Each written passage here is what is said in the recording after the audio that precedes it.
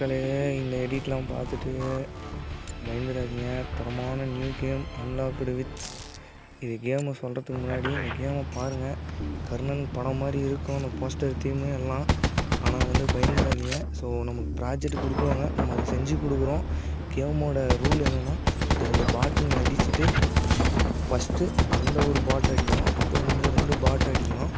அதுக்கப்புறம் தான் நமக்கு லெவலே ஸ்டார்ட் ஆகும். எல்லாமே டிஃப்ரென்ஸாக இருக்குன்னு நினச்சா எல்லாமே ஒரே லெவல் தான். இப்படி வந்துடும் ஆமோ டிஃப்ளெக்ட்னு, அப்புறம் கலெக்ட் பண்ணிக்கலாம். ஸோ கேம் உள்ள போகிறதுக்கு இன்ட்ரோ இது தான்.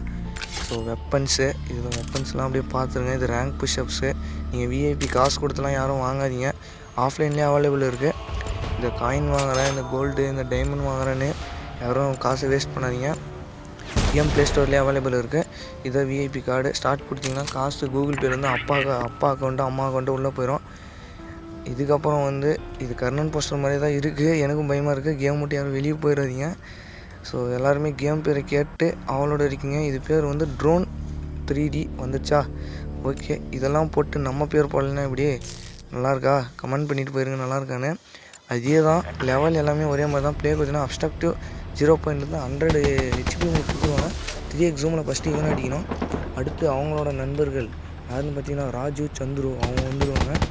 அவங்கள காப்பாற்றுறதுக்கு தான் இவங்க 2 பேரும் இருப்பாங்க.